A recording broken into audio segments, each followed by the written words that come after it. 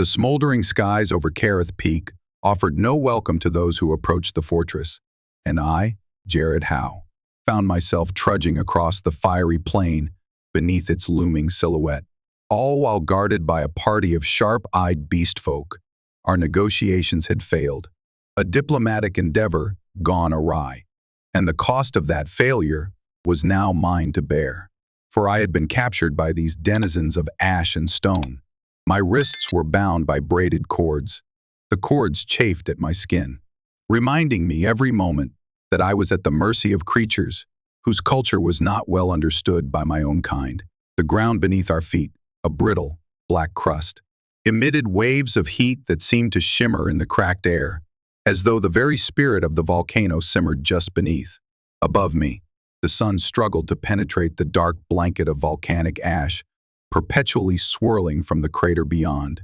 I tried to maintain my dignity, despite the bleakness of my plight.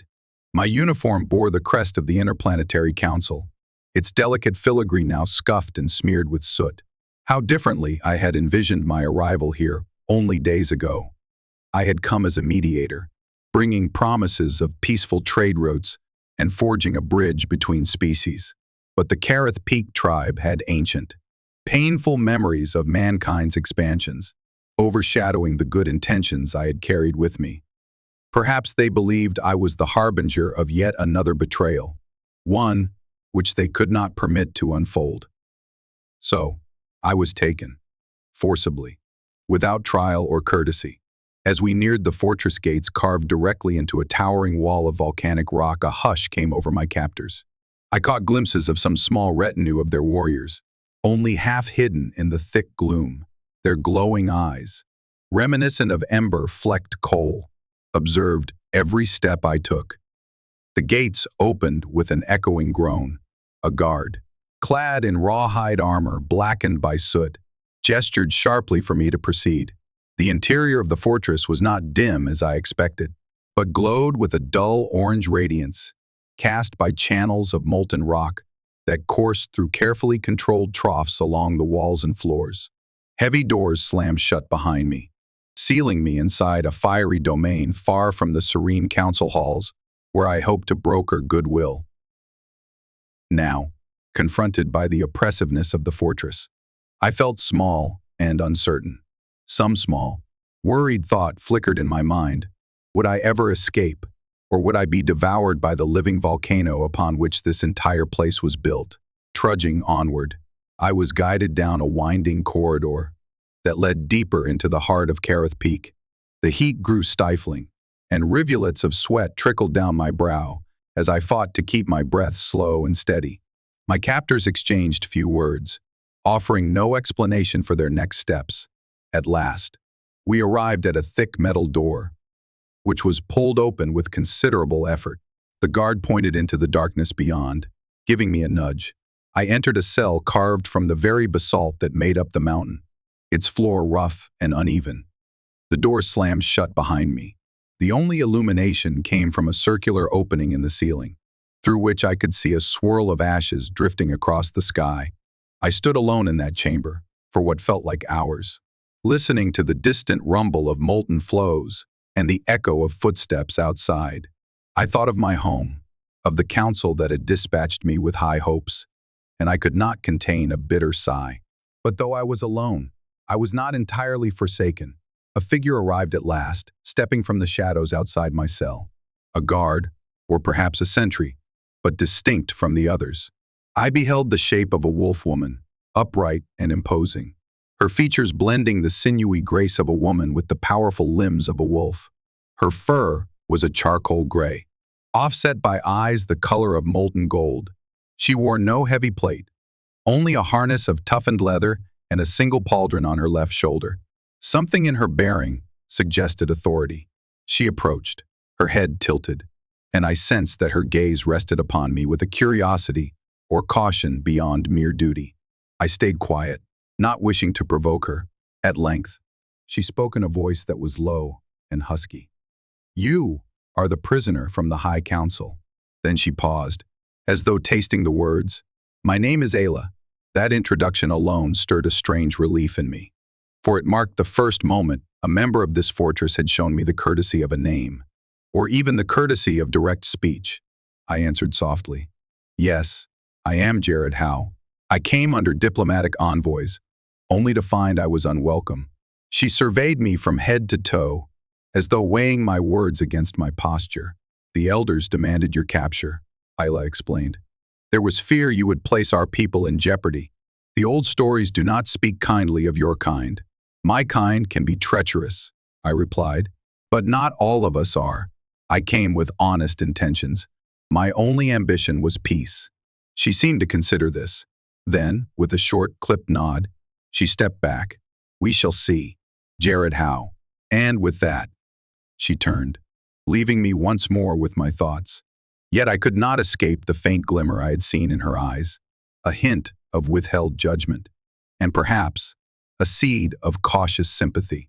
For hours, I leaned against the basalt wall of my cell, drifting into a fitful doze. The hush in the fortress grew deeper, until the flow of distant lava and the murmur of heated air lulled me nearly to sleep. But my rest was broken by another tremor beneath my feet. The volcano seemed restless. Soot drifted in faint plumes through the opening overhead. That was Kareth Peak's constant breath, a testament to the living force sleeping under us. I told myself not to despair, that perhaps I could yet reason with the leadership of this fortress. But a gnawing sense of foreboding coiled in my gut. Something stirred in this place, an ancient tension that no envoy's words might quell. I tried to remain steadfast, to cling to hope that the wolf woman, Ayla, might be an ally or at least not a sworn enemy. Time would tell if her faint kindness would save me, or if I was merely doomed to watch the days pass in the glow of molten rock. Yet in the gloom of that cell, I closed my eyes, summoning fortitude for whatever trials lay ahead, and prepared to face the uncertain dawn.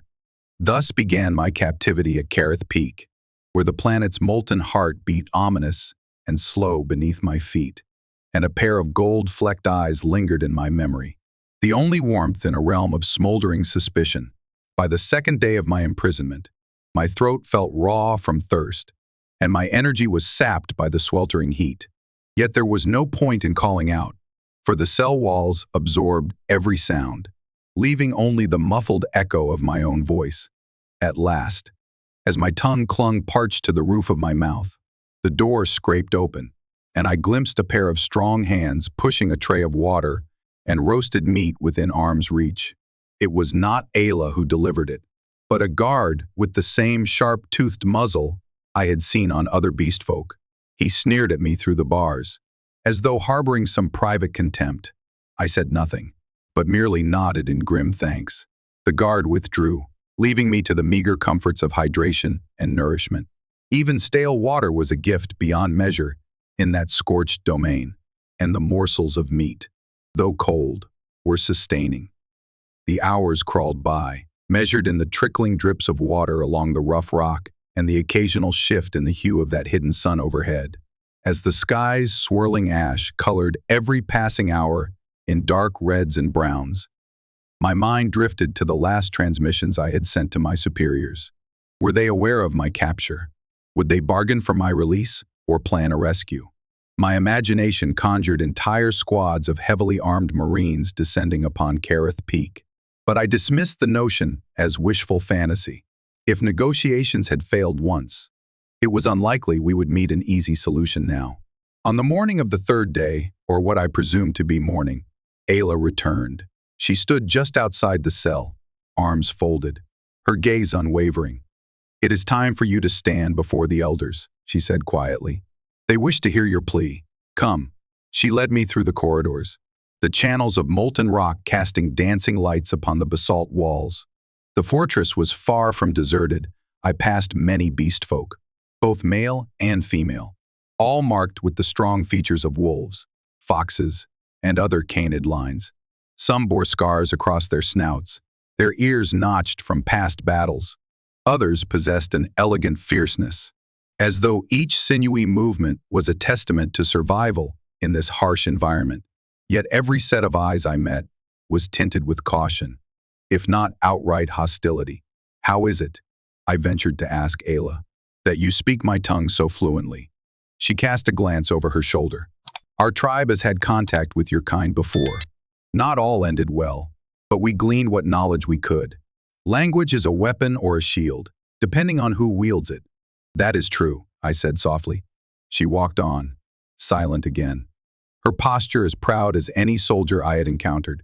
Still, I thought I saw a flicker of uncertainty in her stance. We arrived at a grand chamber hewn from the volcanic rock. At its center lay a fissure that glowed with molten lava, hidden behind a lattice of black iron.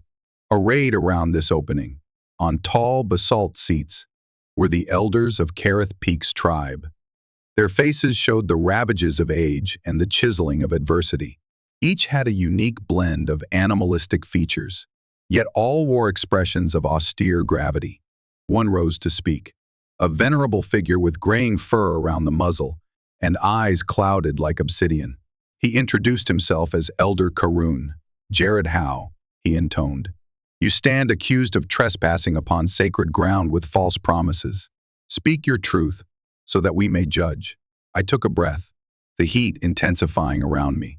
"Elders of Kareth Peak, I came at the behest of the Interplanetary Council to open pathways of peaceful exchange with your people.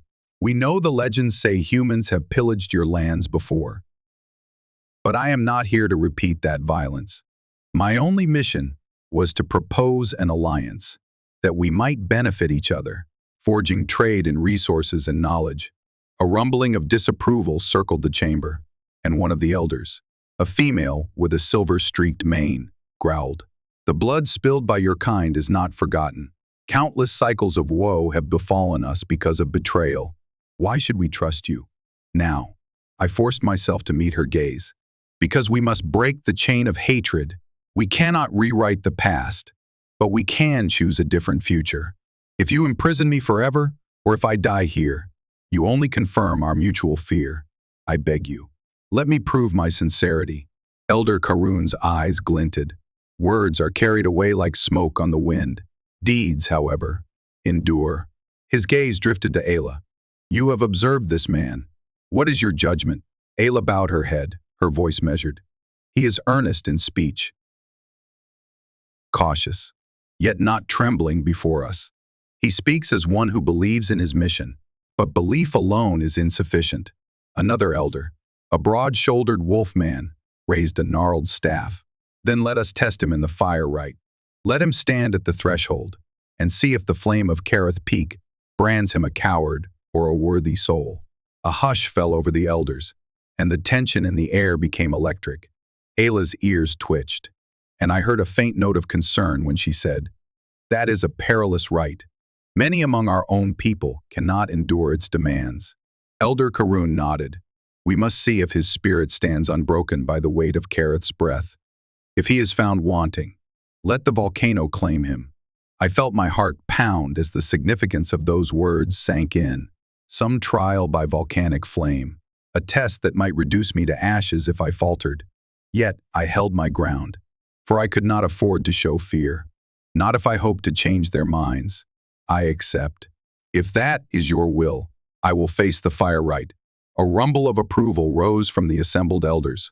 Elder Karun's muzzle curled in a faint smile, a predator's amusement. "Very well," he said. "If you survive, perhaps we shall hear more of your proposals. Ayla, you shall oversee him, as you have from the start." I cast a quick look at Ayla, searching her expression for some sign of what awaited me. Her features were guarded. She inclined her head toward me but said nothing. With a signal from the elders, guards approached to escort me away. As I was led from the chamber, I could not escape the pounding in my chest, nor the fierce glow of that lattice over molten rock, reminding me that in this realm of constant heat and flame, the line between life and death was as thin as a thread of lava cooling in mid-flow. Yet beneath my apprehension, a flicker of hope lived. The elders had not sentenced me to immediate execution, but had instead offered me a test. And so, I resolved to face the fire rite with all the courage I could muster, determined to prove that not all humans are faithless.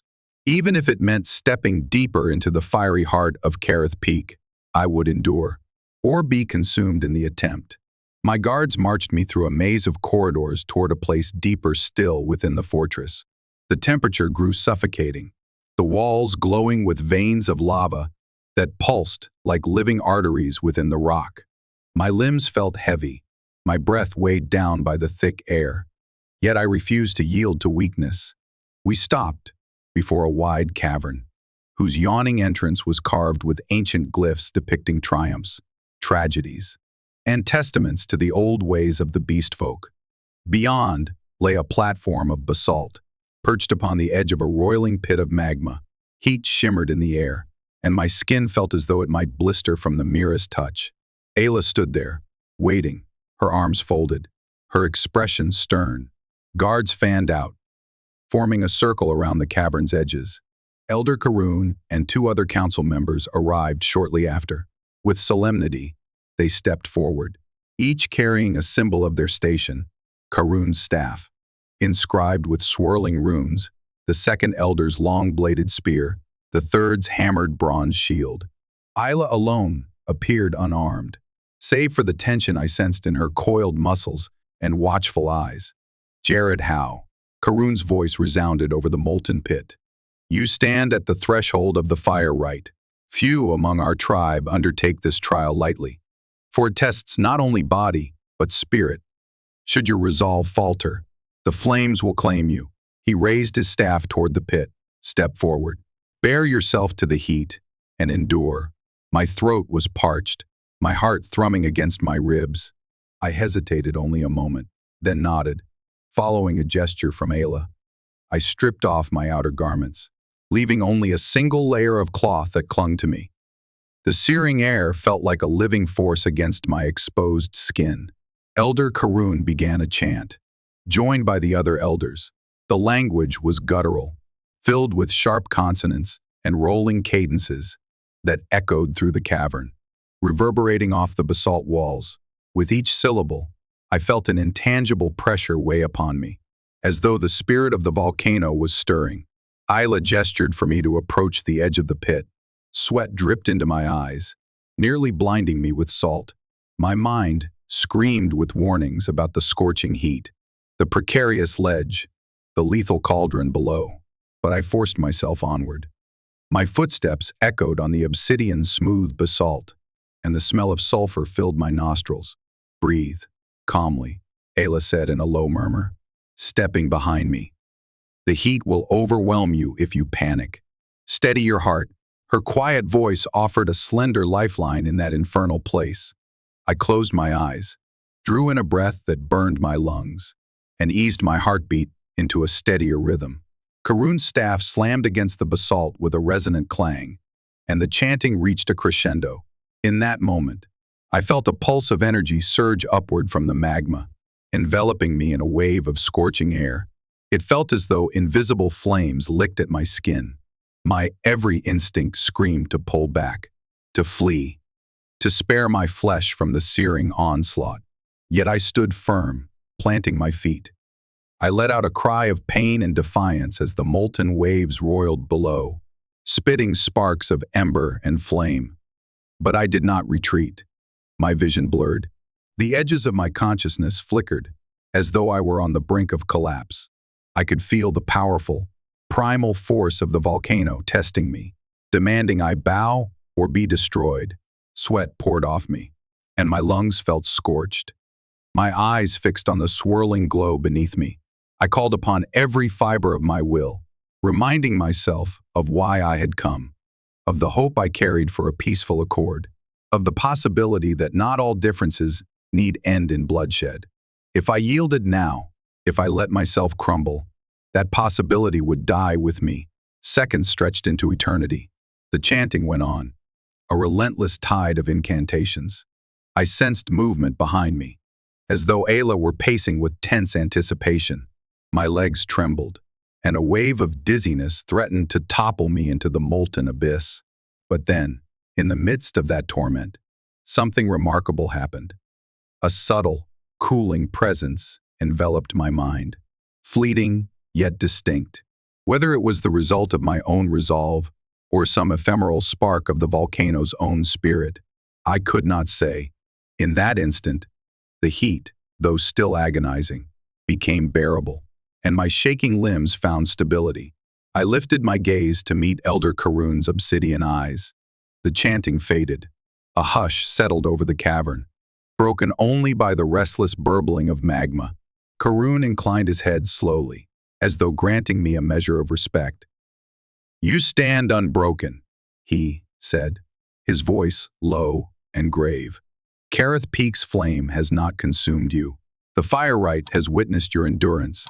An undercurrent of amazement flickered through the gathered onlookers. Murmurs passed among the guards. Some narrowed their eyes in reluctance to believe. Others nodded grudgingly, conceding that I had faced the trial and survived. I swayed on my feet, barely able to keep upright. My body was aflame with pain, but I managed a shaky breath. Is it over?" Ayla stepped forward, her features composed but her voice carrying a hint of relief.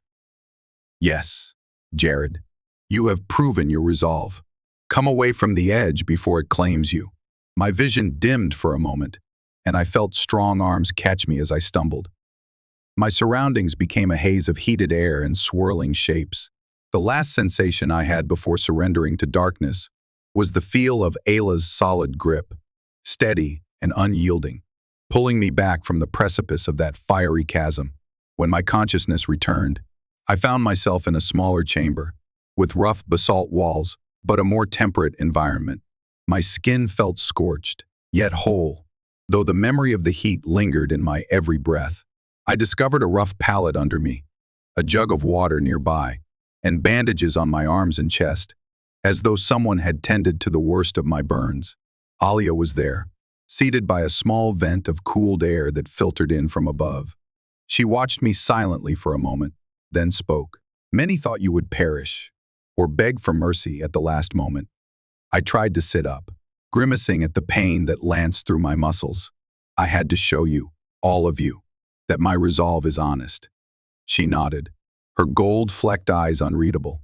"The elders will need more than just your survival. They will want to know if you can truly be trusted. But this is a start." I slowly lifted the jug of water and took small, measured sips. Each swallow was a salve to my parched throat. "Thank you," I breathed, my gaze drifting toward her. "You helped me, gave me that last warning to breathe." Her ears perked slightly. "I am your jailer, but neither cruel nor unfeeling. The fire rite is a burden on any mortal body. I have endured it, as have some among us. Seeing another survive is not meaningless." She rose, heading for the arched exit. "Rest for now. The elders will call upon you soon. When you are steady on your feet, come find me. There is more you must learn about this place, or you will remain ignorant of why our people trust no outsiders." With that, she strode away, leaving me to wonder at her contradictory nature, a stoic warrior, yet capable of subtle kindness. As the footsteps receded, I stared at the basalt ceiling, letting my weary body recover. Despite the pain, I felt a renewed sense of purpose. I had endured the fire rite, crossed a threshold few outsiders would dream of facing. Perhaps now I had a chance to reach the hearts of these people. Or so I prayed. In the sweltering hush of that volcanic stronghold, days passed, during which time I was slowly introduced to the day-to-day life of Kareth Peak's denizens.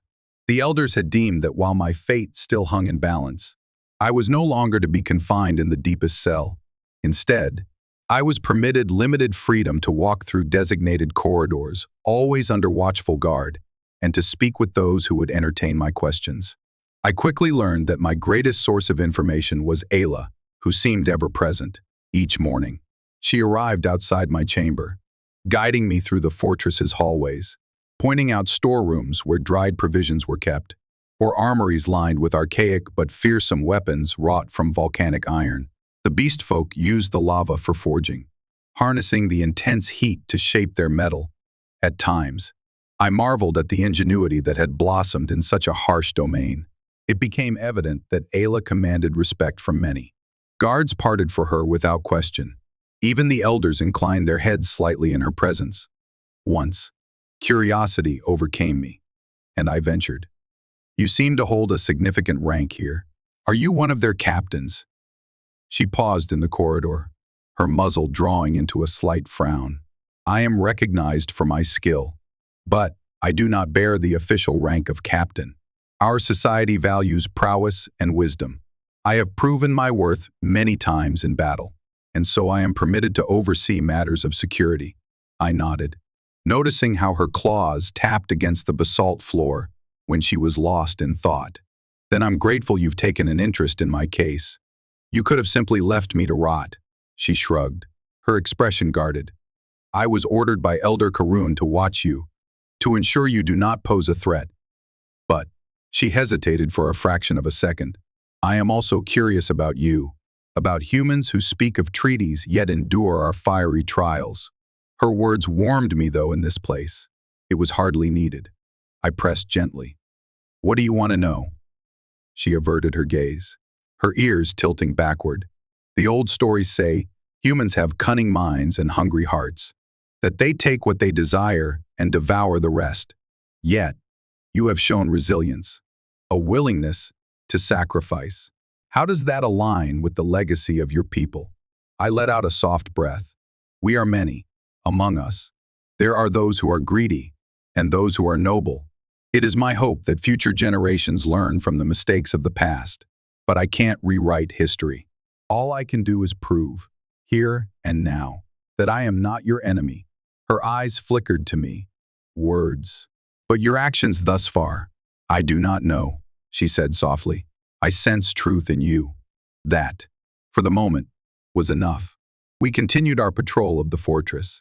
I observed how the beast folk carried themselves with an unspoken sense of vigilance. The air was thick with more than just heat. Tension simmered beneath the surface, hinting at uncertainties roiling through the corridors. I heard scraps of hushed conversation about rumors something stirring in the depths of Kareth Peak, an ancient force rumored to sleep beneath the basalt. Whispers spoke of the sealed flame, of shadows stirring at the lava's root.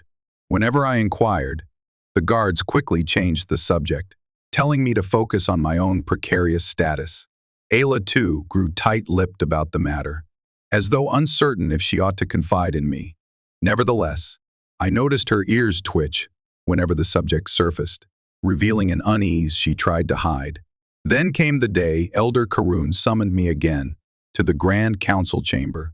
The same iron lattice covered the molten fissure at the center, and the same elders gathered around it. Karun's staff gleamed with fresh markings, as though some ceremony had been performed recently. As soon as Ayla and I arrived, Karun beckoned us forward. You have survived the fire rite and moved among our people without sowing discord, he said, his voice echoing. Some of the tribe have begun to question if you might be a messenger, as you claim. Yet, our distrust runs deep.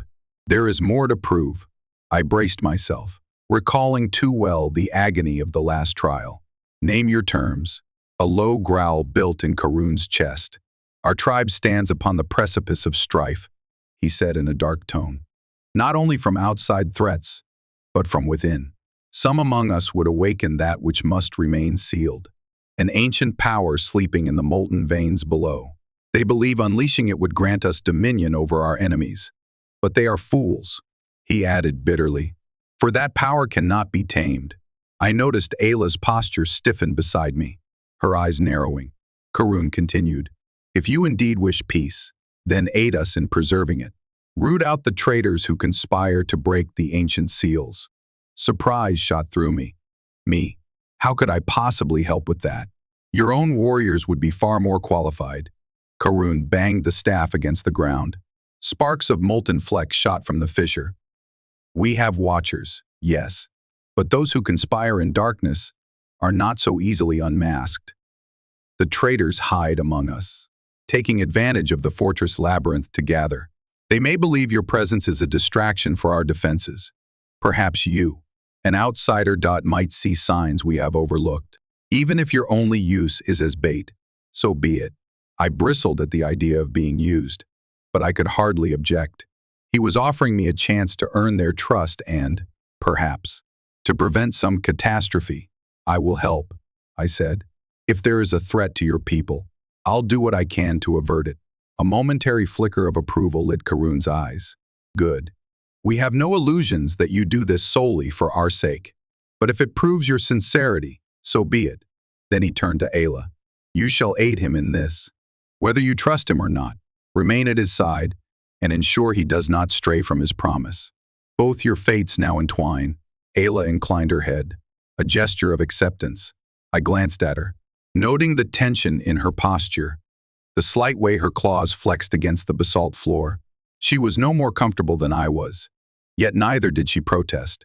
So it was that we were given an unspoken mandate: discover who dared meddle with the slumbering power beneath Kareth Peak. We left the chamber in a hush. The glow of the molten fissure seared the back of my eyes as we stepped into the corridor. I dared to speak. Do you have any suspicions about who these traitors might be? Her muzzle tightened. Not yet. But rumors point to small gatherings in the old catacombs that run deeper than the forging pits. I have heard whispers of robed figures meeting in secret, chanting rites that have not been spoken aloud in a generation. I swallowed. The catacombs beneath a volcanic fortress hardly sounded welcoming, but fear would not deter me. Then, let's go find out, I said, mustering courage. Ayla nodded, a faint, wry grin tugging at her lips. Let us hope your thirst for truth does not lead you into the jaws of death. As I matched her stride, I could not help but wonder if I was stepping yet again into a lethal trial. And yet, beneath my wariness, an unexpected sense of kinship flickered. We were two souls caught between suspicion and duty, forging a bond in the midst of molten flames and dark conspiracies. One is a human diplomat, the other a stoic wolf woman. Together, we would walk the labyrinth below Kareth Peak and face whatever lurked in the swirling darkness. The entrance to the catacombs was hidden behind a rusted gate within a remote corridor of the fortress, far from the main living quarters and armories. Ayla led the way, a flickering lantern in her clawed hand, illuminating the passage in a halo of dim orange light. The walls here were of older stone, older even than the fortress above. Ancient runes lined the crumbling bricks, their shapes half buried beneath layers of soot and sediment. I felt the temperature gradually shift from stifling heat to a more tolerable dryness, though the air remained oppressively still. My footsteps and Ayla's padded tread echoed strangely, reflecting off unseen hollows beyond the lantern's glow. A sense of being watched settled upon me, as though countless eyes peered from the cracks in the stone. These catacombs, Ayla murmured, pausing to gesture at the runes, were built long before my tribe took residence at Kareth Peak. Some say an older civilization carved their temple into the mountain. When the beast folk arrived, they reshaped the temple into a fortress, forging an alliance with the volcano's power. But the deeper tunnels remained largely unexplored. I brushed a hand across one of the runes, feeling the grooves in the stone. They resembled swirling shapes, reminiscent of cosmic spirals. And now conspirators hide here, wanting to awaken something beneath the fortress. She nodded, her muzzle tense. Yes, a primal force sealed away centuries ago. Some of our legends warn of a cataclysm, should the seal be broken. My stomach nodded. Then let's see if we can learn more about these robed figures. Gather proof, and bring it to the elders before it's too late. We pressed onward, passing through archways that led into branching corridors. The labyrinth was a maze of dusty alcoves, crumbling pillars, and subterranean chambers large enough to swallow an army. More than once, we heard a faint whisper of voices. Each time, we halted, dousing our lantern to hide in the darkness. I counted my heartbeats, straining to hear. At length, we detected a flicker of torchlight from a corridor to our left. Exchanging a brief glance, we crept closer, careful to muffle our footfalls on the stone. The corridor opened into a wide crypt, its walls lined with alcoves that held earthen urns or the petrified remains of old statuary. Seated upon broken pedestals were figures draped in dark robes, their faces hidden by hoods. Faint chanting drifted through the air, weaving an eerie tapestry of syllables that made the hairs on my neck stand on end. A single figure stood at the center, holding a staff topped with a chunk of obsidian. The chanting rose, echoing off the crypt's curved ceiling. Ayla and I crouched behind a fallen column, peering over the edge. My hand involuntarily clenched around a piece of rubble, as though ready to defend myself if discovered. The central figure's voice hissed through the gloom. "We are close to success." The watchers above remain distracted by the presence of the human.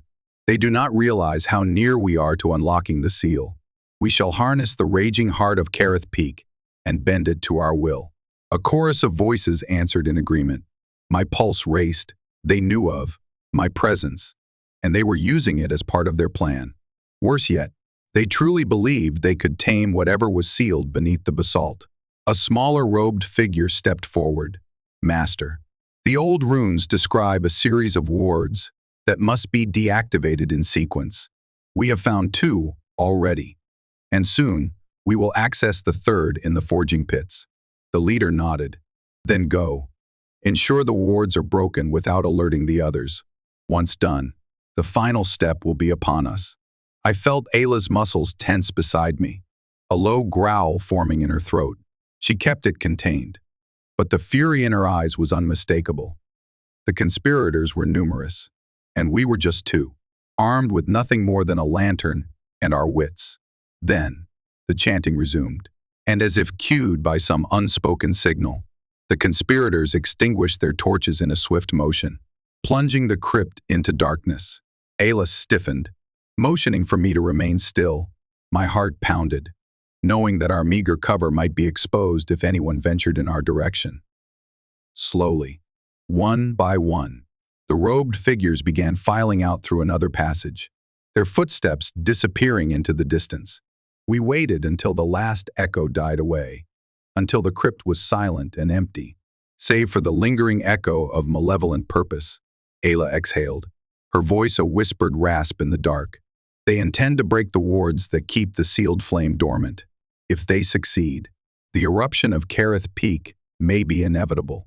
I swallowed past a knot in my throat. Why would they do that? What could they possibly gain? Power, revenge, devotion to some twisted prophecy? The reasons vary, but none have tried such madness in generations. Ayla shook her head. We must inform the elders. Quietly, we made our way out of the crypt, retracing our steps until the labyrinth's passages once more brought us near the fortress entrance. Only when we closed the rusty gate behind us did we breathe easily. We extinguished our lantern and hurried to the main corridors, where flickers of molten light replaced the gloom of the catacombs. Despite the fortress' fierce heat, I felt a chill. The rebels, or cultists, were already in motion, and time was not on our side. We navigated toward the Elder's sanctum, but upon arriving, we learned that the council was in session with a faction of the tribe's leadership. Guards denied us immediate entry. Frustration gnawed at me, but we had little choice but to wait. When at last the doors opened and the elders emerged, we intercepted Elder Karun at once, urgent words tumbling from our lips. Karun's expression darkened with every word we spoke. When we finished, he bared his teeth in a grimace. You speak of grave danger. The forging pits lie near the second ward. Should it be undone, nothing but the final seal will stand between us and the raw fury of the volcano's ancient spirit. We have to stop them, I insisted. If we can expose their leader, Karun cut me off with a raised hand. You have done well to uncover this plot, but your task now is more perilous. The forging pits are heavily guarded. We cannot risk a direct assault without creating chaos. We need certainty, proof that will rally the tribe to act against these traitors. Ayla growled softly. We have seen them with our own eyes. We know, he nodded. Your word is not enough to quell the doubt among my people. Tensions run high. Some doubt the sincerity of the diplomatic path, even while they fear an uprising from within. Return to the labyrinth. Gather evidence of the wards they have already broken. If you find a way to disrupt their next step, do so. Then deliver your proof to the entire council. Only then can we unify the tribe and crush this conspiracy.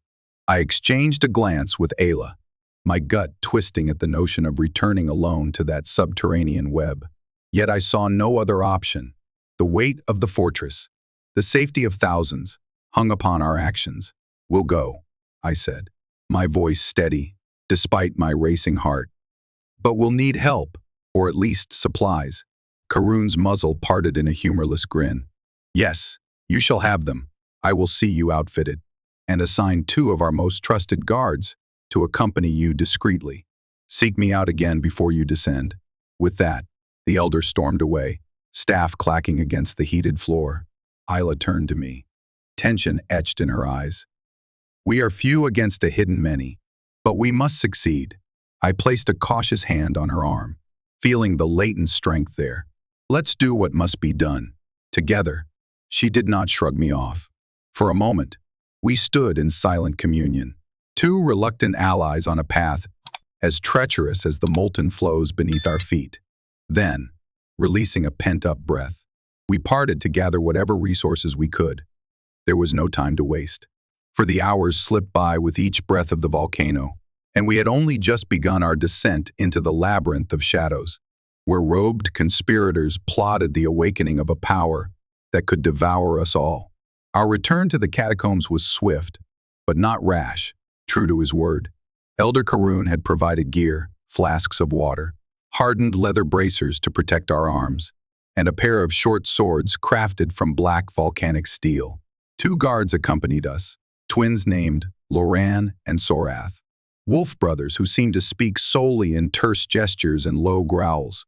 Their loyalty to the elders was unquestioned, yet their trust in me was clearly hesitant.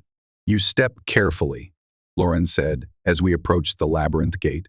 "One misstep, we return you to the elders in pieces."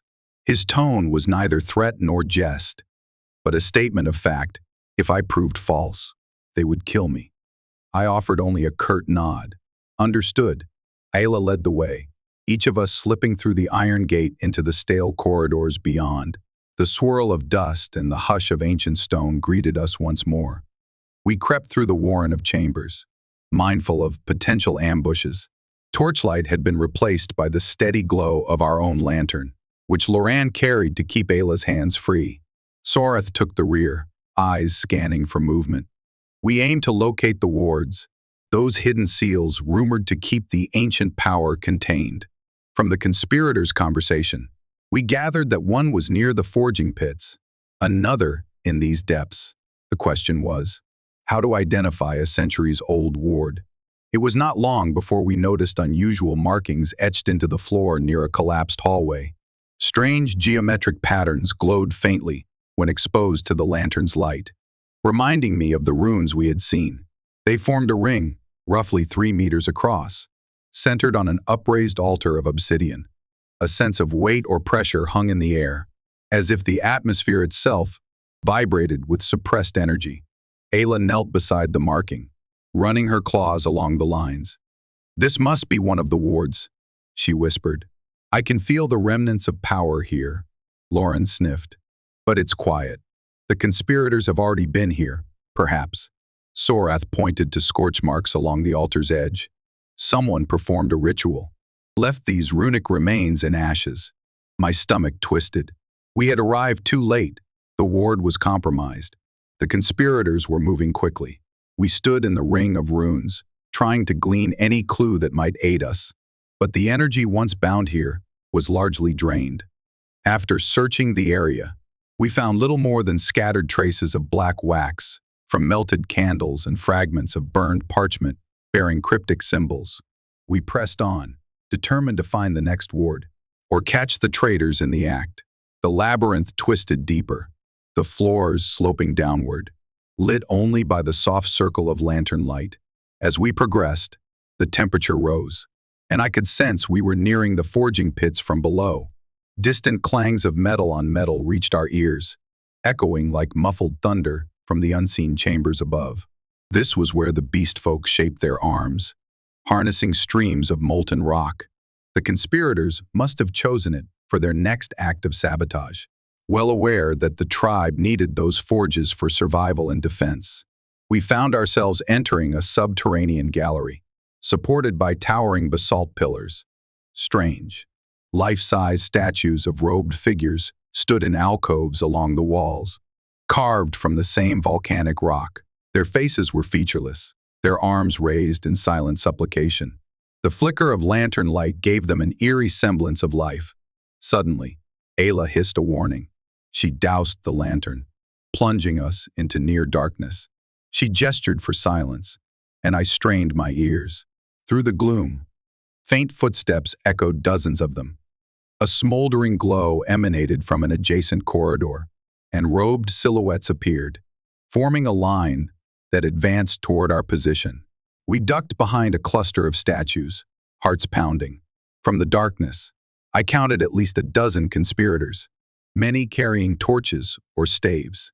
In their midst, one figure stood taller, wrapped in elaborate robes stitched with molten red thread that glimmered in the torchlight. His voice was clear, authoritative. "The forging pits lie just ahead," he intoned. "Break the second ward, as prophesied. With it undone, the sealed flame will stir. We shall channel its might through the final ward, releasing a flood of power that will burn away all who stand against us." A chorus of hushed agreement followed. I felt a chill, imagining the fortress above, unaware of the imminent danger. Ayla's jaw tightened, her eyes flicking to me, to the Wolf brothers, and then to the conspirators. We had to act, but a direct confrontation against such numbers was suicidal. Lauren caught her gaze, shaking his head in warning. Sorath's grip tightened on his sword, but he too hesitated. Ayla exhaled slowly, acknowledging the odds. We watched the conspirators continue forward, deeper into the corridor leading to the forging pits.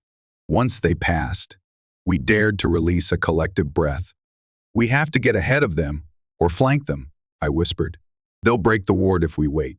Ayla pressed her lips in a thin line, scanning our surroundings.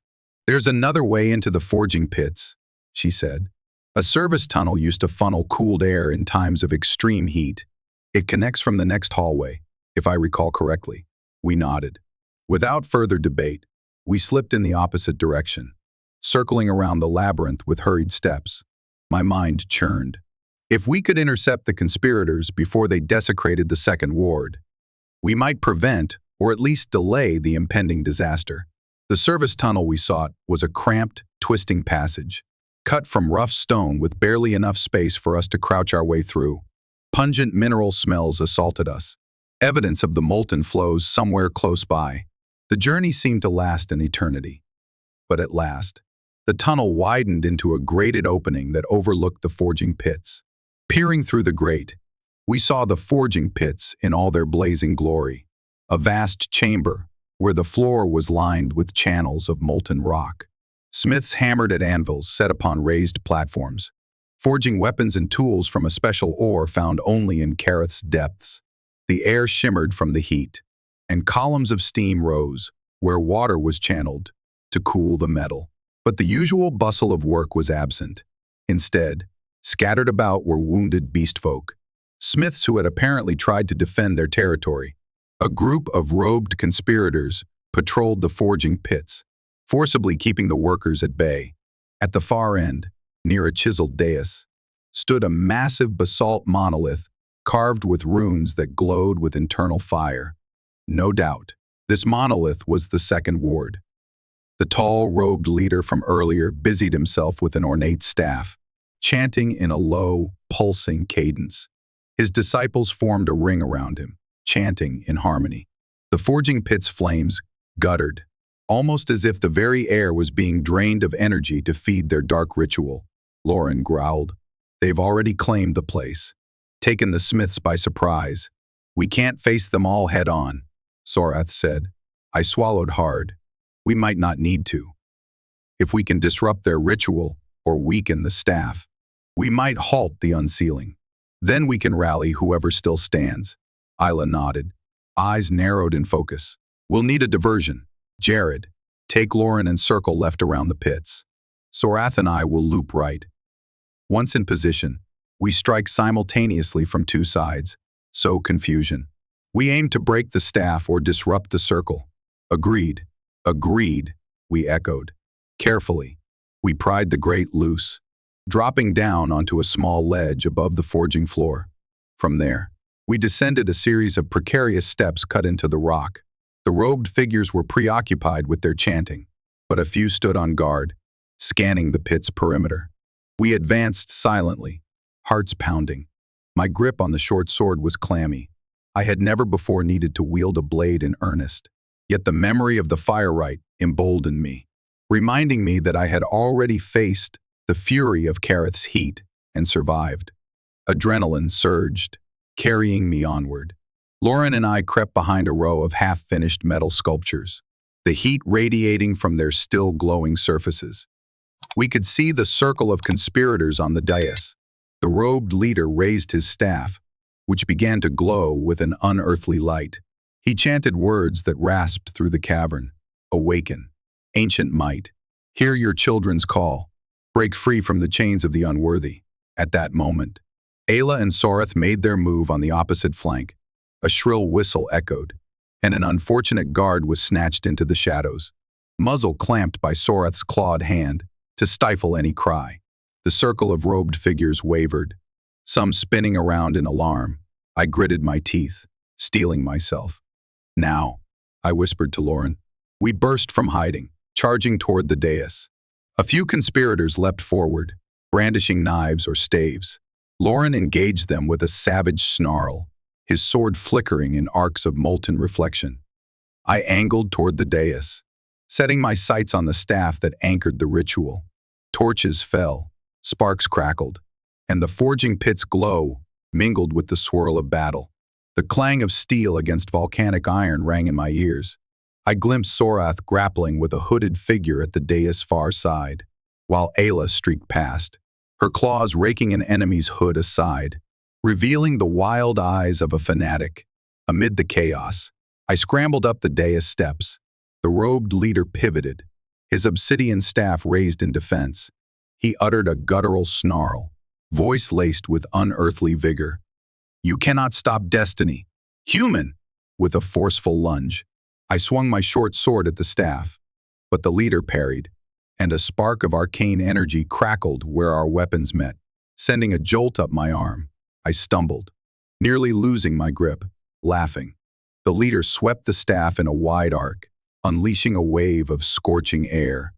I cried out as I was knocked backward, the breath driven from my lungs.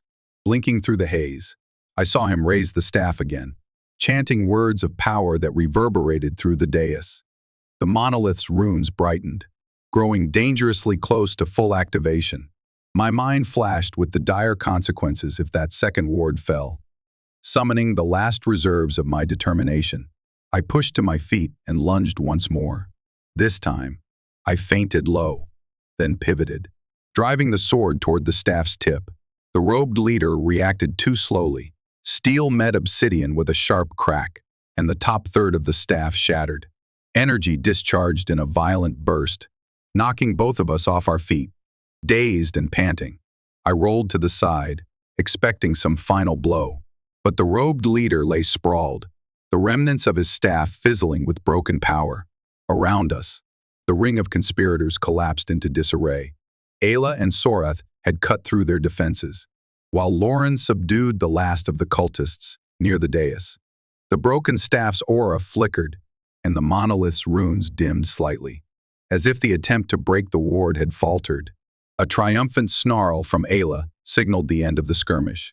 She stood at the dais' edge, surveying the fallen conspirators, ensuring none rose again to continue their vile chant. I wiped soot and sweat from my brow, staggering upright. We did it, I rasped. We stopped them, or at least postponed the unsealing. The robed leader hissed in defiance, clutching the shards of the staff. Before Ayla could apprehend him, he spat out a final curse. Fools, the final ward will break. The sealed flame shall rise. Kareth's fury will consume the unworthy. Our master will see to that. Then he collapsed, unconscious or worse. Silence followed, broken only by the roar of molten flows in the forging channels.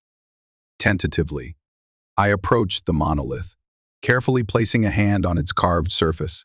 A residual warmth pulsed there, a power still contained. though threatened. If the conspirators tried again, the outcome might be different. Ayla, Lauren, and Sorath began gathering the wounded smiths, checking for survivors among the cultists. I slumped against the monolith, drained of strength. We had gained a victory this day, but the darkness was not fully banished. An undercurrent of dread thrummed in my chest, for we had only uncovered the tip of a deeper conspiracy. The forging pit was safe for the moment, the second ward intact, but the conspirators' final attempt still loomed like a thunderhead on the horizon. We would soon learn that the fate of an entire people, and perhaps my mission of peace, hung by a thread, battered by the relentless volcanic winds of Kareth Peak. After the chaos in the forging pits, the elders could no longer dismiss the severity of the threat. We returned to the council chambers bearing wounded smiths, captured conspirators, and the shattered remnants of the obsidian staff. Ayla spoke with the authority of a seasoned commander, detailing every moment of the confrontation, while I contributed what details I could of the robed leader's ominous boasts. Elder Karun's expression grew ever more grave. The staff shards in his hand still radiated faint arcs of malevolent power, as if reluctant to fully die.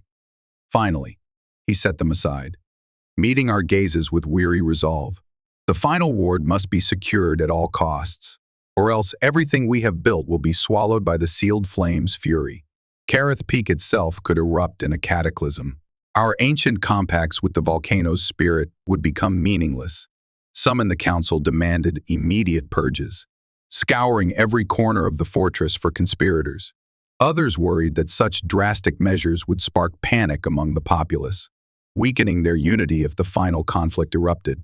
Murmurs of disagreement rippled, but Karun quieted them with a thunderous strike of his staff. The elder turned to Ayla. "You have proven your loyalty, your strength. I name you as first among the fortress guard to coordinate the search for the conspirators' hidden lairs." A flicker of surprise crossed Ayla's eyes. She bowed her head respectfully, though she could not entirely hide the weight of her new responsibility. "I accept, Elder." Karun's gaze then shifted to me. "Jared Howe, by your actions, you have shown that your word can bear steel. You risked your life to protect our forging pits." He paused, considering. "I am prepared to negotiate further with your kind, yet only after this threat is quelled. We cannot focus on forging treaties while traitors gnaw at our foundation." I nodded. "I understand, Elder. I will do whatever I can to help in the meantime." Thus ended the council meeting, overshadowed by tension, but bound by a single directive: root out the conspirators, safeguard the final ward, and preserve the fortress. As Ayla and I departed, I noticed that many beastfolk guards eyed me with less suspicion than before. My role in thwarting the conspirators' plan had earned me a measure of respect, though acceptance was still far off. We spent the following days in constant vigilance. Ayla coordinated patrols throughout the fortress, both above in the guard towers and below in the labyrinth.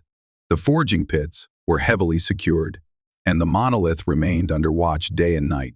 Meanwhile, the captured conspirators were interrogated. Some yielded only curses.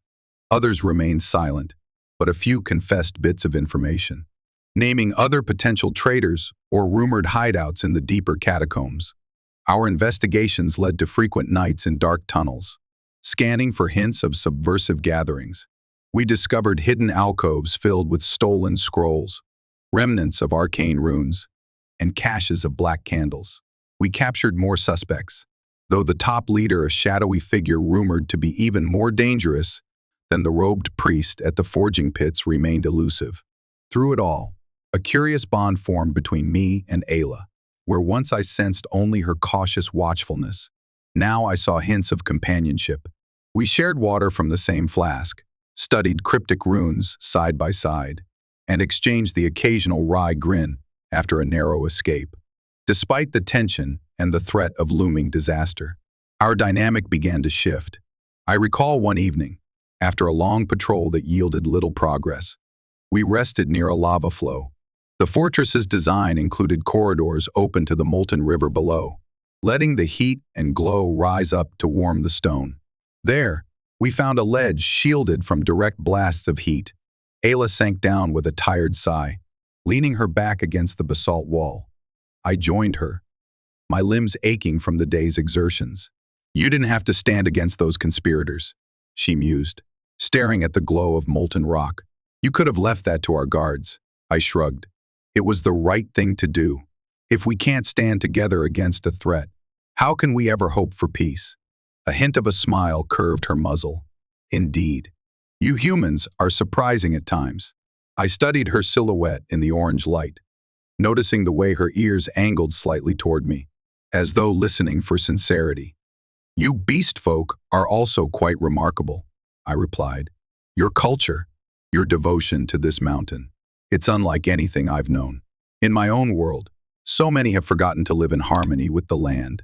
She closed her eyes, exhaling softly.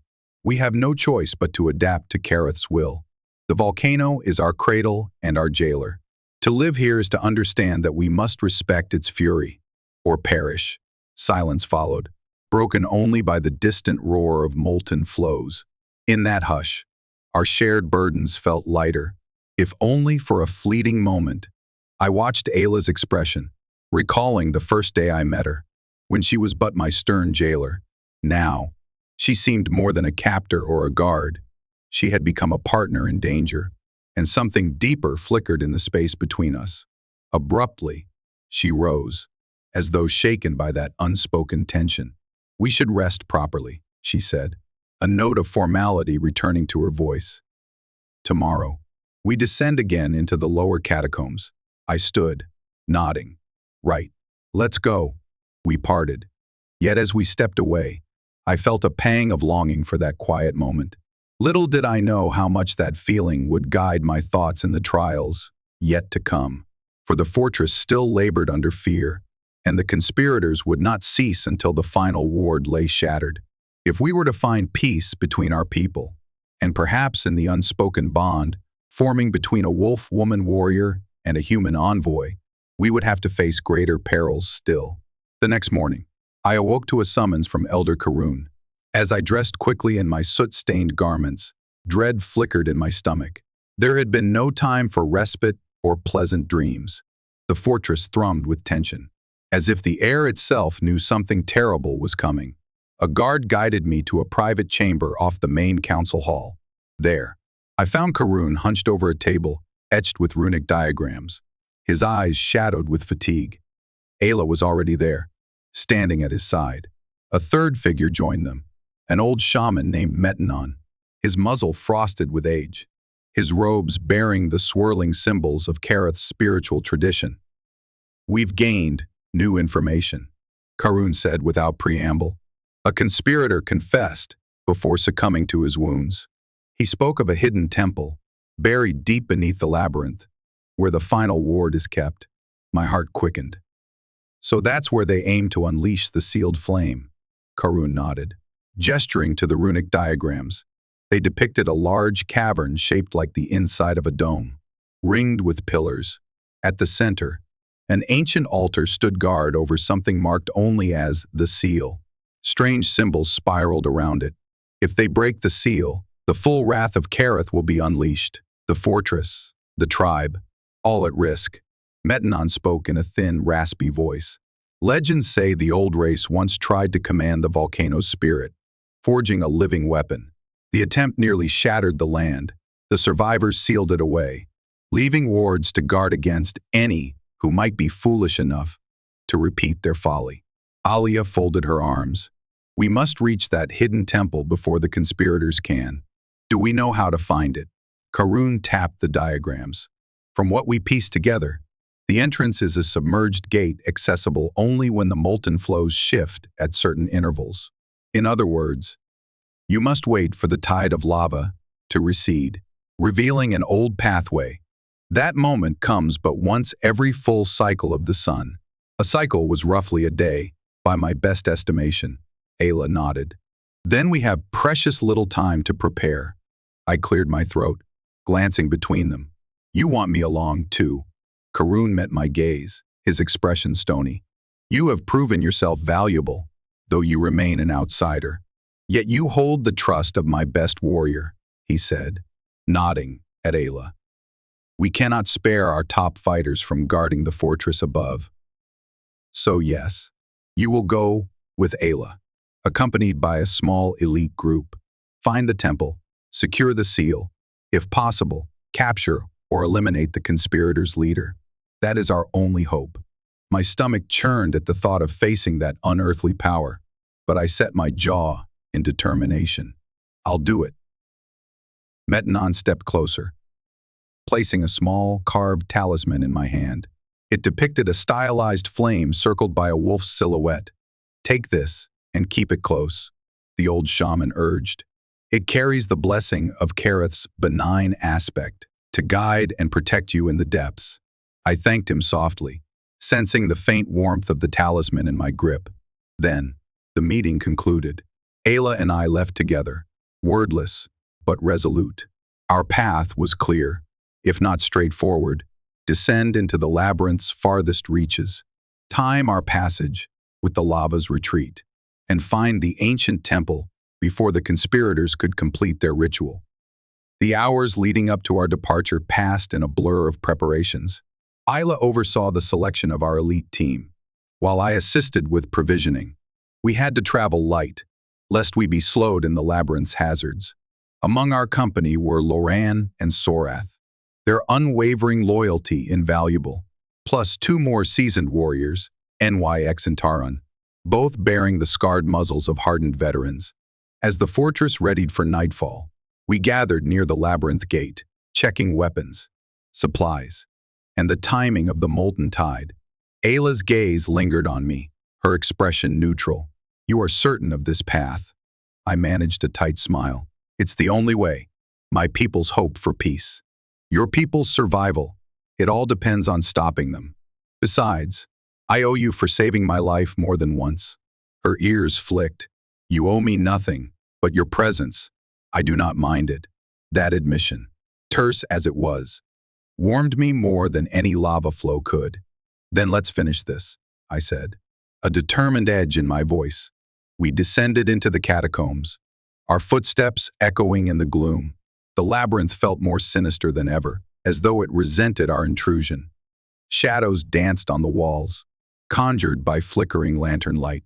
At times, we spotted glimpses of older paths, half collapsed or flooded by steaming rivulets of molten rock.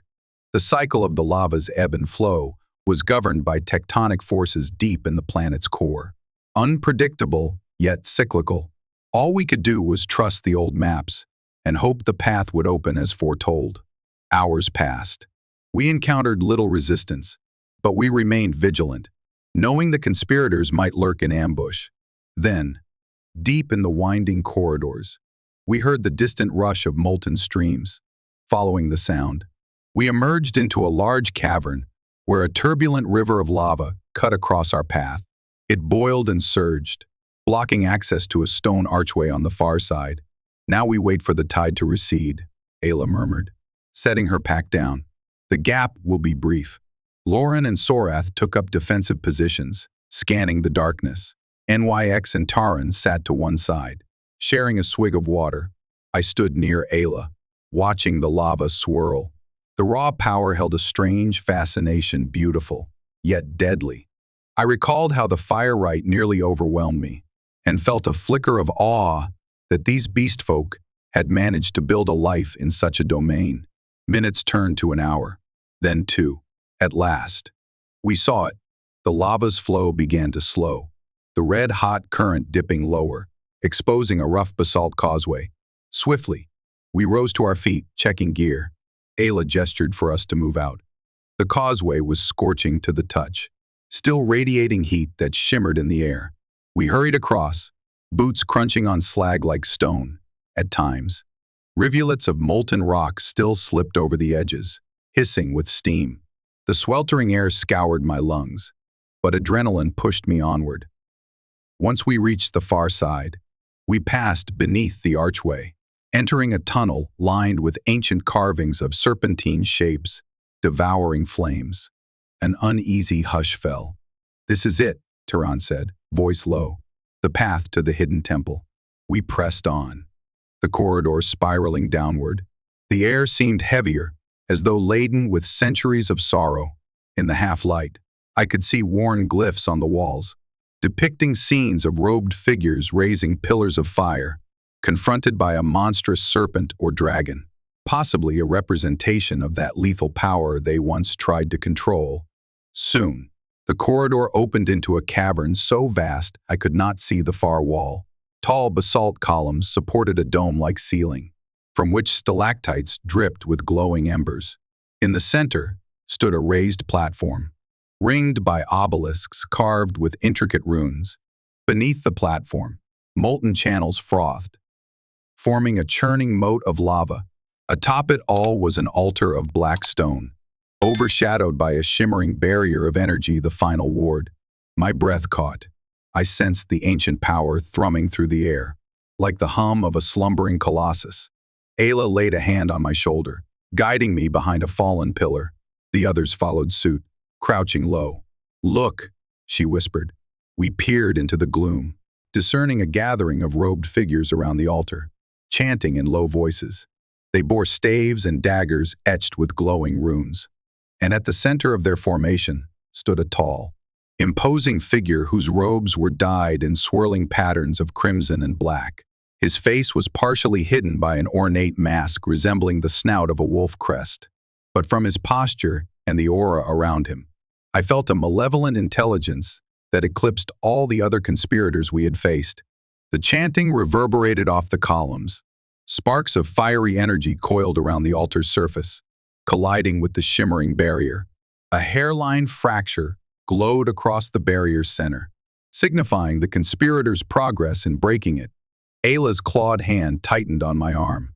"That must be their true leader," she murmured. "He's harnessing the stolen energies from the broken wards to weaken the final seal." Lauren grunted. "We have to stop him. Now." My pulse raced, adrenaline flooding my veins. I nodded, swallowing my fear. "Let's end this." Yet the odds were daunting. The conspirators outnumbered us 3 or 4 to 1, and their leader was channeling potent arcane power. Even so, we had little choice. If we failed here, Kareth Peak would erupt, unleashing a cataclysm that might devour not only the fortress, but far beyond. Steeling ourselves, we prepared for the final confrontation with quiet resolve. We drew weapons.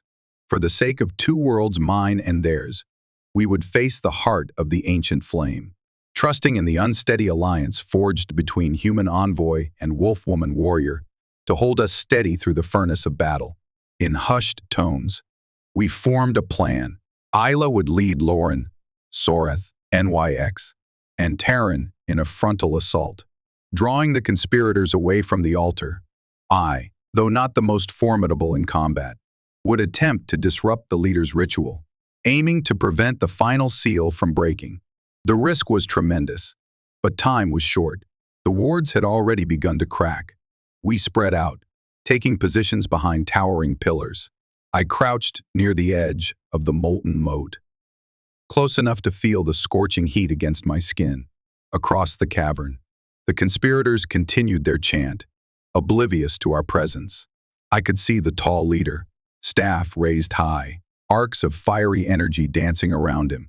Then, with a roar, Ayla and her warriors charged. Their sudden presence shattered the hush. Lauren and Soreth unleashed fierce howls, hurling themselves into the throng of robed figures. NYX and Taryn struck with lethal precision, carving through the outer ring of cultists. The conspirators reeled, some crying out in alarm, others raising staves to hurl blasts of searing magic at the beastfolk invaders. I seized my moment, sprinting across a narrow bridge that spanned the moat. The swirling lava below glared like some hungry eye, eager to devour any who slipped. My heart pounded as I focused on the altar and the shimmering barrier. The tall leader whipped around, noticing my movement. Rage twisted his masked features, and he slammed his staff onto the stone. A wave of concussive force knocked me off balance, nearly sending me tumbling into the fiery river. Somehow, I clung to the basalt edge, pulling myself back onto the bridge with trembling arms. "You dare defy the chosen of Kareth's ancient spirit," his voice boomed, resonating unnaturally. "Pathetic mortal! Your presence ends here." Summoning courage, I advanced again, brandishing my short sword. "It ends for you," I retorted, though my voice quivered. "You'll kill everyone if you break that seal." He barked a mirthless laugh. "Precisely. We shall be reborn in the volcanic crucible, and the unworthy shall burn to ash." Bolts of fiery energy crackled from his staff, lashing the stone around me. I dived, rolling to avoid the blasts. My muscles burned with exertion, but adrenaline spurred me on. Meanwhile, Ayla and the others clashed with the robed cultists. Fierce sparks illuminated the melee, as staves clashed with swords, claws, and fangs. Loran's savage strength ripped through a pair of conspirators, while Soreth fended off arcane attacks. NYX and Taran flanked the group, preventing them from aiding their leader, but the cultists fought with fanatic zeal, chanting spells that forced the wolf warriors back. Blood sprayed the basalt floor, mingling with the swirling energies of the summoning. I lunged for the altar, aiming to disrupt whatever focusing array the conspirators had erected. The masked leader sprang to intercept me.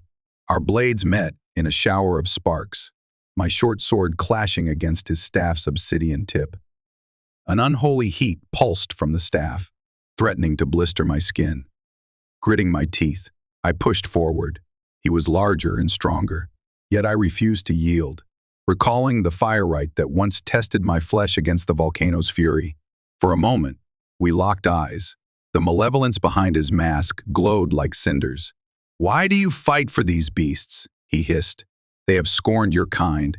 You could claim power here, share in the new dawn, but you cling to illusions of peace. Because some things are worth more than power," I snarled. Summoning all my strength, I twisted aside, letting his staff swing past. With a desperate slash, I cut across his chest, ripping through robe and flesh. He staggered back, an enraged howl echoing through the cavern. But I had no time to savor the advantage. The altar's swirling energy flared, the barrier shuddered, cracks widening across its surface. The conspirators' combined efforts threatened to break the seal despite our interference. Already, tongues of flame seeped through the fractures, licking the air with hungry promise. A blast of scalding wind hurled me away from the altar, my back slamming into a pillar. Pain exploded along my spine, and I slumped to the ground, struggling to keep hold of my sword. The masked leader strode forward, ignoring his wound. His staff pulsed with renewed power. "Kareth's spirit awakes," he intoned, "and you shall be its first sacrifice." He raised the staff high. Before he could strike, a furious snarl tore through the cavern. Ayla hurtled into him, knocking him off balance. Her claws raked across his mask, splintering its carved features. Crimson eyes glared beneath the half-ruined facade. He snarled, twisting in place, and unleashed a torrent of flame at her. Ayla shielded herself with an arm bracer, but the impact sent her skidding across the floor, where she smashed into an obelisk. Heart in my throat, I forced myself upright. The leader advanced on Ayla, staff crackling. She attempted to rise, but her limbs faltered. Blood trickled from a wound on her forehead, matting the fur around one ear. Desperation fueled me. With a hoarse cry, I charged, ignoring the pain in my back. The masked leader spun to intercept, staff humming with lethal energy. Our weapons clashed again. I struggled to hold him off, every muscle trembling with exhaustion. Sparks flew, the heat almost unbearable. His voice rasped with scorn. "Die, interloper." A savage thrust pierced my guard, grazing my rib. Pain seared my side, and I stumbled. He raised his staff for a killing blow, but in that moment, Ayla roared. Mustering her last vestige of strength, she launched herself from behind, hooking an arm around his staff, forcing it wide. Their combined momentum toppled them both. I saw my opening and sank my short sword into his chest, the blade biting deep. Fiery arcs burst from the staff, flaring wildly, as though the artifact resisted its master's defeat. He hissed, eyes bulging with shock, then slumped. Panting, I yanked my sword free, mind reeling. The leader lay still, staff slipping from his grip. Ayla sagged to her knees beside me, pressing a hand to her bleeding forehead. Together, we glanced at the altar. The barrier was cracked but not fully shattered. The remaining cultists, seeing their leader fall, retreated or fell to the ferocious onslaught of Loran, Sorath, NYX, and Taran. Even so, the damage was severe. Flames licked through the barrier, threatening to expand the fissures. A dull roar reverberated through the cavern, as if the planet's core stirred in agitation. Lava bubbled higher in the moat, rising dangerously. The ward flickered. If it collapsed, the avalanche of molten fury would be unstoppable. Metnon's talisman, I suddenly recalled. I fumbled at my neck, retrieving the small carved emblem. It glowed faintly with gentle warmth. Perhaps it carried a fragment of the mountain's benevolent essence, as the shaman claimed. In desperation, I pressed it against the barrier's fracture. A sudden wave of energy cascaded outward, colliding with the destructive arc that threatened the seal. For a breathless moment, I felt the presence of something ancient, an intelligence akin to the volcano's soul. Pain shot through me, as if my own life force was dragged into the struggle to stabilize the seal. Ayla's hand covered mine.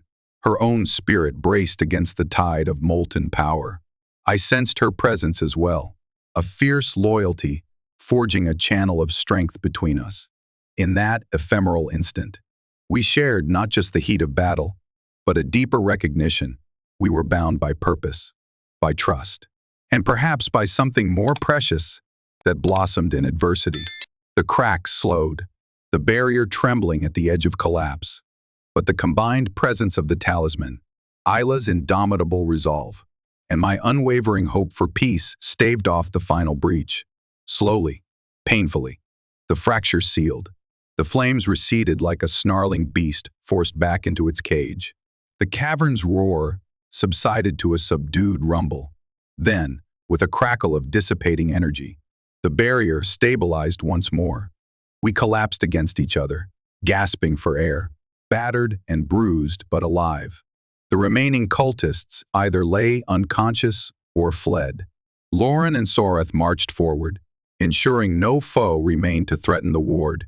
NYX and Taran supported each other, exhausted from the brutal fight.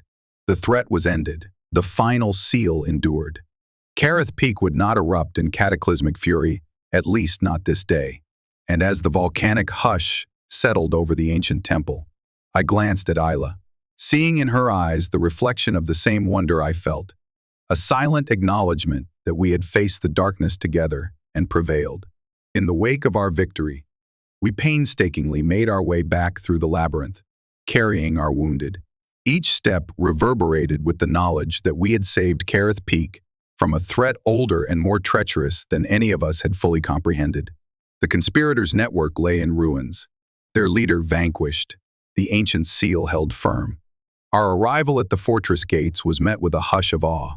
News of our success spread like wildfire. Exhausted and bleeding, we were welcomed not with suspicion, but with something close to gratitude. Beast folk approached, offering to tend our wounds, help us disarm, or provide water. No longer did I see the same wariness in their eyes. Instead, I found relief and cautious respect. Elder Karun came to greet us personally, flanked by the other council elders and accompanied by Metnon. He looked at Ayla and me, taking in our injuries and the state of our gear. "You return victorious," he said, voice thick with emotion. "The fortress owes you a great debt." Ayla bowed her head. "We lost friends along the way, but Kareth endures." Karun's gaze shifted to me. "And you, Jared Howe, have proven your willingness to stand for our people. Few among us can deny your courage now."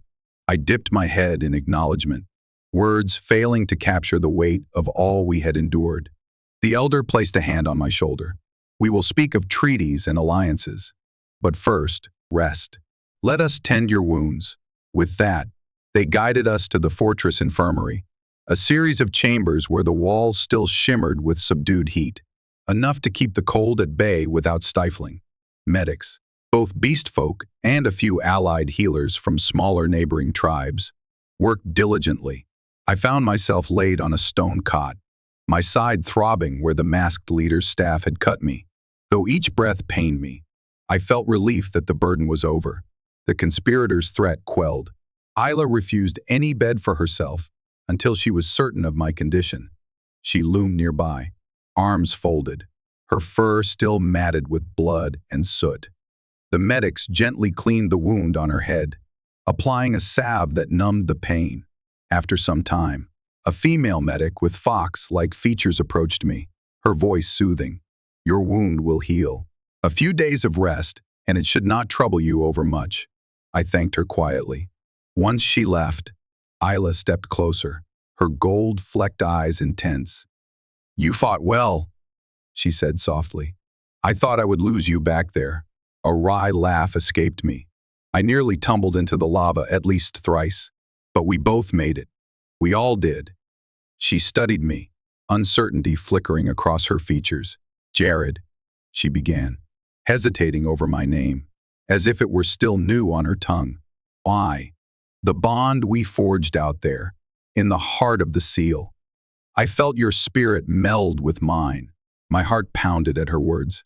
I recalled that moment at the altar, when we pressed the talisman to the barrier and our wills united against the volcanic force. It had felt like a merging of souls, fleeting yet profound. "I felt it too," I admitted. She exhaled slowly. "Among my people, when two hearts share such a moment, it is a sign, a possible joining, if both wish it." Her ears flattened slightly, as though bracing for rejection or confusion. A trembling eagerness filled me. Though we came from different worlds, literally some intangible force drew me to her. We had survived the crucible of Kareth's flames together, and our shared purpose had become something deeper. "I do wish it," I said, voice hushed. "But does your tribe allow such a union?" She gave a wry smile. "We are not so rigid as you might think. Our legends speak of many shapes and forms that can bear a single flame. The elders. They will question, but they will not forbid us, if we choose." Wordless gratitude swelled in me, tinged with an unexpected joy. Gently, I reached for her hand, our fingers interlacing. Though it might defy the conventions of my own people, I cared not. The bond we had forged transcended the boundaries that once seemed impassable. At that moment, Metnon entered, clearing his throat. He carried a small wooden bowl steaming with fragrant herbs. "Forgive the intrusion," he said, "but I suspected you might need the second stage of healing.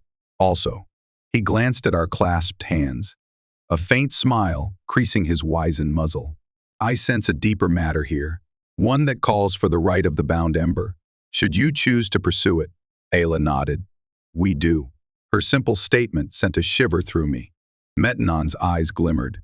"Then let it be so. Rest now. When your bodies have recovered, we shall prepare the ceremony. May Kareth's gentle warmth bless you both." With that, he offered a small, respectful bow and departed, leaving behind an air of expectancy. It was not long before word of our choice spread through the fortress. Some beast folk expressed quiet surprise, others mild curiosity. Yet none openly disapproved, for it was clear that we had bled together, saving the fortress from destruction. The days that followed were a blur of healing and hushed reverence. Karun, with the council's blessing, began formal dialogues with me, drafting the outlines of an accord that could potentially link Kareth Peak and my human council in peaceful cooperation. The details would require time and trust to flourish, but the path was opened by mutual gratitude. When the appointed day came, the fortress prepared for the rite of the bound ember. The ceremony was held in a cavern offset from the main corridors, where a natural vent of the volcano's heat rose to warm the space. Draped in simple, ceremonial garb, Ayla and I stood before an altar of smoothed basalt. Metnon and a pair of elder shamans guided the proceedings, chanting soft words that echoed in the glowing gloom. A ring of beast folk gathered around us. Lauren, Soreth, Nyx, Terran, and many other warriors included. My heart pounded, but no longer from battle, as Metnon chanted, Ayla and I each placed a hand upon a bowl of embers resting on the altar. The coals glowed warmly, not searing. The sensation was akin to the hush of a smoldering flame, steady, enduring. In Kareth's name, we summon unity, Metanon intoned, voice reverberating with an age-old gravity. We gather as witnesses that these two souls who braved a fire rite and saved us from the sealed flame may join their hearts, forging a new bond between us. I felt Ayla's fingers tremble slightly in my grip, but she did not pull away. Our eyes met, locked in a moment of unspoken understanding. The world around seemed to fade, leaving only the glow of the embers, the pulse of our intertwined hands, and the memory of the volcano's breath. Jared Howe. Metanon's voice called me from the haze of feeling. Do you willingly bind your life to Ayla of Kareth, sharing in her flame and offering your own? My voice felt thick, but I managed a strong reply. I do. And Ayla of Kareth, do you join your ember with Jared Howe, that you may share in his spirit, forging unity beyond shape or clan? Her golden eyes shone in the firelight. I do. A soft murmur swept through the onlookers. Metanon sprinkled powdered ash onto the embers, causing them to flare brightly, white sparks dancing in the heated air.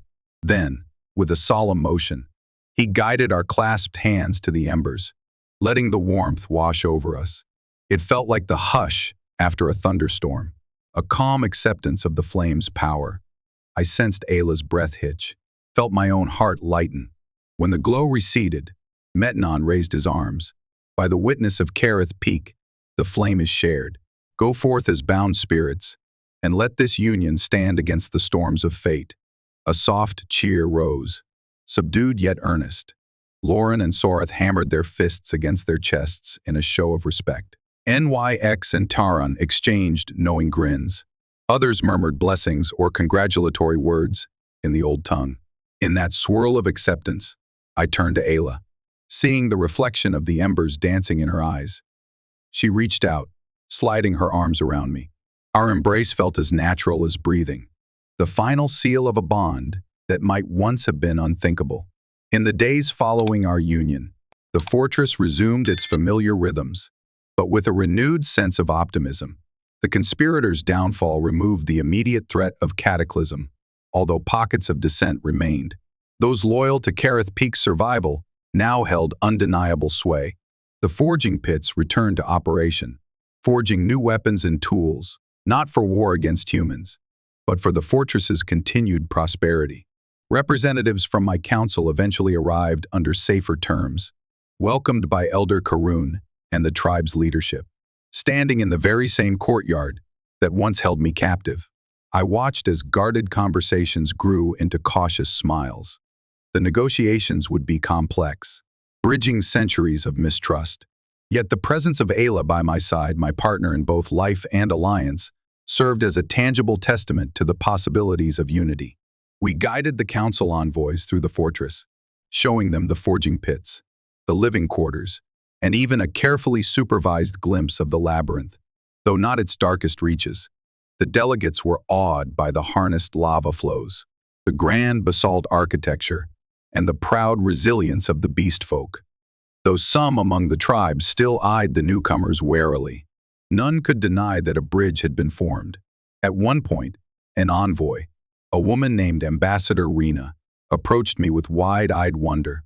You truly walked the molten catacombs, confronted a dark priest, and sealed away an ancient power with these people's help. Her voice trembled with awe. I nodded modestly. It was a joint effort. Without Ayla and the others, I'd be ash by now. Rena smiled, genuine admiration in her gaze. If you have faith in this alliance, then I do as well. The council will be eager to hear more. Nearby, Ayla observed the exchange. She offered a rare smile of her own. We had settled into a comfortable rapport, a union recognized by both my people and hers, though it remained the subject of quiet curiosity.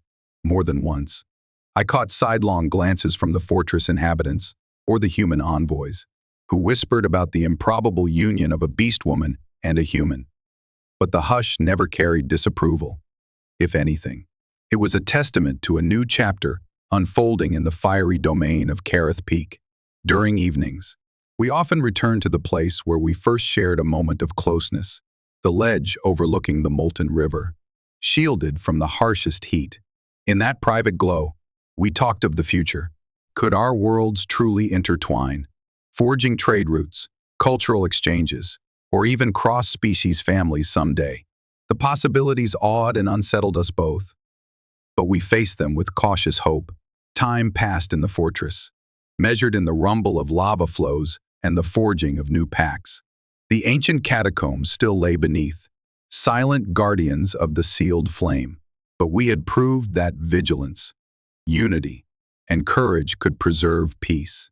On the day of my formal departure, an agreed visit back to my homeworld, where I would speak of the alliance to the Interplanetary Council Ayla, and I stood at the fortress gate, accompanied by a small honor guard.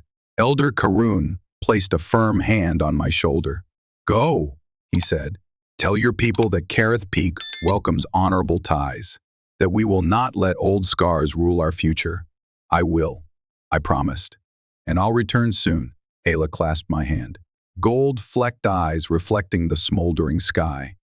We had grown used to each other's presence, but now faced a temporary goodbye. "Travel safely," she murmured. "When you return, bring more stories, and bring your own people's acceptance, if you can." Despite the swirl of emotions in my chest, sadness at leaving, excitement at forging new connections, I felt peace. Together, we had transformed suspicion into friendship, forging a bond that even a living volcano could not sever.